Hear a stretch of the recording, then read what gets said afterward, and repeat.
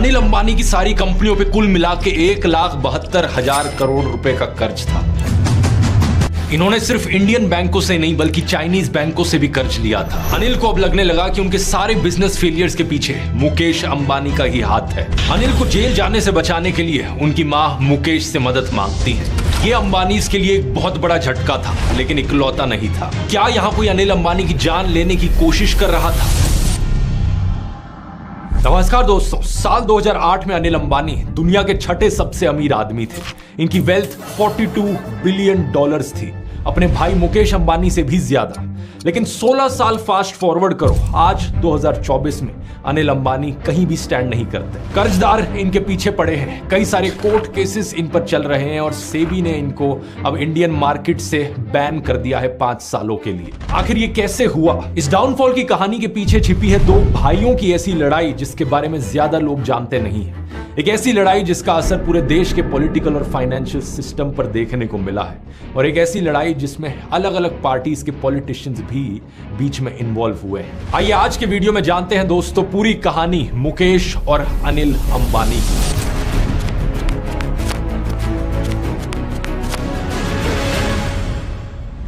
Video शुरू करने से पहले कहना चाहूंगा दोस्तों कि जो भी चीज मैं आपको इस वीडियो में बताने जा रहा हूं, हो सकता है वो आपको सुनने में बहुत शॉकिंग लगे, लेकिन एक भी चीज मेरी खुद से बनाई हुई नहीं है, मेरी अपनी राय नहीं है। एक एक लाइन, एक एक क्लेम का सोर्स किसी ना किसी पुराने न्यूज आर्टिकल से है या किताब से है। आप इन सोर्सेज को रेफर करना चाहें तो ये डिस्क्रिप्शन में आपको मिल जाएंगे वीडियो। इस कहानी की शुरुआत होती है दोस्तों इन दोनों भाइयों के पिता से, धीरू भाई अंबानी। एक वक्त पर धीरू भाई अंबानी एक गैस स्टेशन के अटेंडेंट होते थे, लेकिन 1980s तक आते आते ये इंडिया के सबसे बड़े बिजनेसमैन में से एक बन गए थे। फरवरी 1986 की बात है कि इन्हें एक स्ट्रोक हो गया और इसकी वजह से इनका राइट हैंड पैरालाइज हो गया।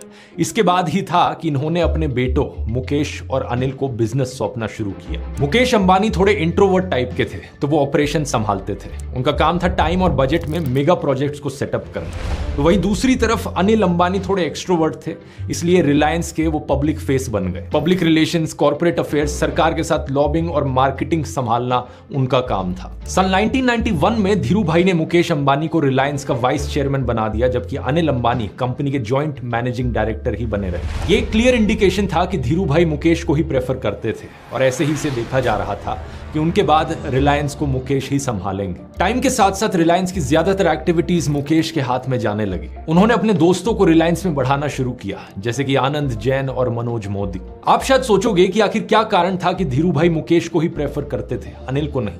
इसके पीछे कई कारण थे, इनमें से एक पारिवारिक भी था। अनिल अंबानी का टीना मुनीम से शादी करने का डिसीजन। टीना मुनीम बॉलीवुड की एक ग्लैमरस सेलिब्रिटी थी अपने समय की। ये पहले मिस इंडिया बनी थी और इनकी पहली फिल्म देश परदेश बड़ी हिट हुई थी। इन्हें साल 1980s में मॉडर्न इंडियन वुमेन की तरह देखा जाता था। इनके कपड़े उस वक्त के हिसाब से रिवीलिंग माने जाते थे और ये फेमस एक्टर राजेश खन्ना के साथ लिव इन में भी रहती थी। अनिल अंबानी की इनसे मुलाकात हुई थी एक पार्टी में। दोनों एक दूसरे को पसंद करने लगे और फैसला किया अनिल ने कि वो शादी करना चाहते हैं। लेकिन एक प्रॉब्लम थी, एक सोशल हर्डल था।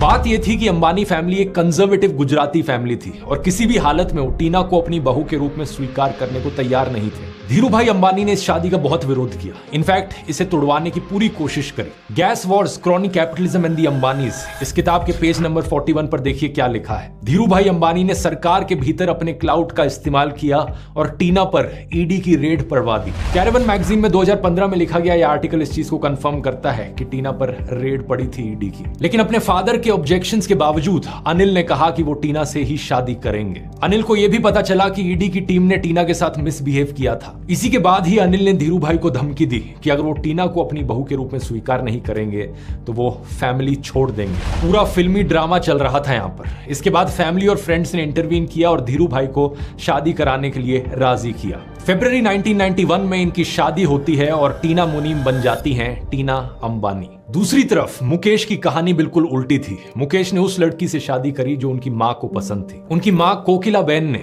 एक भरतनाट्यम डांस रिसाइटल में नीता दलाल को देखा और कुछ इस तरीके से शादी होती है मुकेश और नीता की। नीता दलाल नीता अंबानी बन जाती हैं और अब फैमिली में इन्हें असली बहू माना जाने लगता है, जबकि टीना को एक आउटसाइडर की तरह देखा जाता है। धीरू भाई और कोकिलाबेन फैमिली के इंपॉर्टेंट डिसीजंस के लिए नीता पर डिपेंडेंट होते हैं और दूसरी तरफ टीना को कोई भी बड़ा रोल नहीं मिलता। ऊपर से साल 1994 में एक बड़ी इंटरेस्टिंग चीज होती है। संदीप टंडन जो एक IRS ऑफिसर थे जिन्होंने टीना के घर पर ईडी की रेड मारी थी, वो रिलायंस को एज अ कंसल्टेंट ज्वाइन कर लेते हैं। ऑब्वियस सी बात है, मुकेश के अप्रूवल से ये रिलायंस को ज्वाइन करते हैं और अनिल इससे बहुत चिढ़ जाते हैं। कहा जाता है कि मुकेश को ये लगता था कि सिर्फ वही रिलायंस को 21वीं सेंचुरी में लेकर जा सकते हैं। इसके संकेत मिलने शुरू हुए जब रिलायंस ने टेलीकॉम सेक्टर में अपनी एंट्री की। रिलायंस इंफोकॉम नाम की कंपनी बनाई गई और इसमें ना अनिल और ना ही अनिल के किसी आदमी को कोई मेजर रोल दिया गया इस कंपनी में। इस रिलायंस इंफोकॉम कंपनी की मालिक एक और कंपनी थी जिसका नाम था रिलायंस कम्युनिकेशन इंफ्रास्ट्रक्चर लिमिटेड, और इस कंपनी का 50.55% शेयर मुकेश और नीता अंबानी होल्ड कर रहे थे और 45% शेयर RIL होल्ड कर रही थी। RIL रिलायंस की मेन कंपनी थी और इस मेन कंपनी के भी चेयरमैन और मैनेजिंग डायरेक्टर मुकेश अंबानी खुद थे, और टॉप पोजीशंस पर बैठे थे मनोज मोदी, आनंद जैन और भरत गोयनका जैसे लोग जिन्हें मुकेश का लॉयलिस्ट माना जाता था। अनिल अंबानी को यह क्लियर साइन लगा कि मुकेश उन्हें साइडलाइन कर रहे हैं और मुकेश उनको बराबर का पार्टनर नहीं मानते हैं। इसके साथ साथ अनिल को यह भी लगता था कि जो कंपनी में उनका रोल है, पॉलिटिशियंस, ब्यूरोक्रेट्स और मीडिया को मैनेज करना, उसको अप्रिशिएट नहीं किया जा रहा था। अनिल अंबानी रिलायंस की ग्रोथ के लिए ग्लोबल फंड मैनेजर्स को भी सेट करते थे, लेकिन वो नाराज थे कि उनसे ज्यादा इंपॉर्टेंस मुकेश अंबानी अपने लॉयलिस्ट्स को दे रहे थे। धीरू भाई अंबानी के जिंदा रहते हुए भी साल 1999 तक दोनों भाइयों के बीच ये बड़ी दरार आ चुकी थी।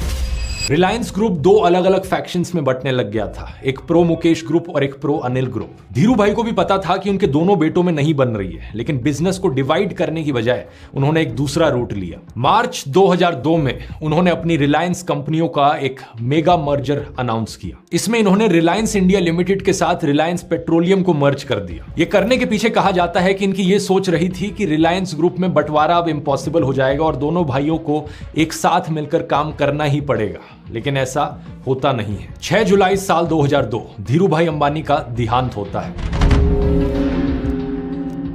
इसके बाद मुकेश अंबानी के पास रिलायंस का कंट्रोल आ जाता है और Anil Ambani second in command बन जाते हैं।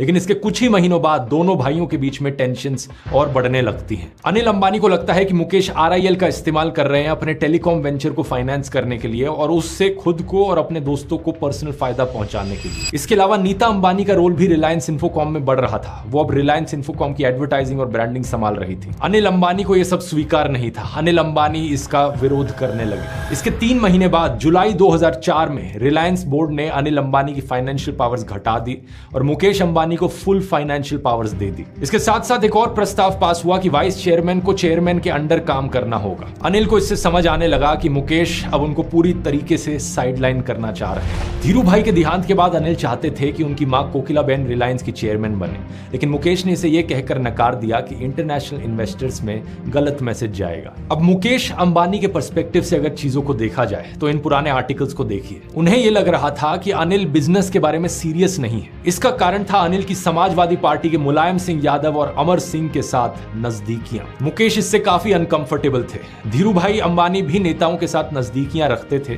जैसे कि इंदिरा गांधी के साथ, लेकिन वो सभी नेताओं के साथ बनाकर चलते थे। किसी एक पॉलिटिशियन को ज्यादा फेवर नहीं करते थे, लेकिन अनिल अंबानी समाजवादी पार्टी से ज्यादा ही नजदीक आ रहे थे। जून 2004 में उत्तर प्रदेश से एक इंडिपेंडेंट कैंडिडेट के रूप में राज्यसभा के लिए नॉमिनेशन फाइल किया जाता है अनिल अंबानी के द्वारा, और अमर सिंह और मुलायम सिंह यादव की मदद से वो जीत भी जाते हैं। इसका कारण था कि कांग्रेस की सरकार उस वक्त सेंटर में नई चुनकर आई थी और समाजवादी पार्टी उस वक्त कांग्रेस की मेन राइवल्स में से एक थी।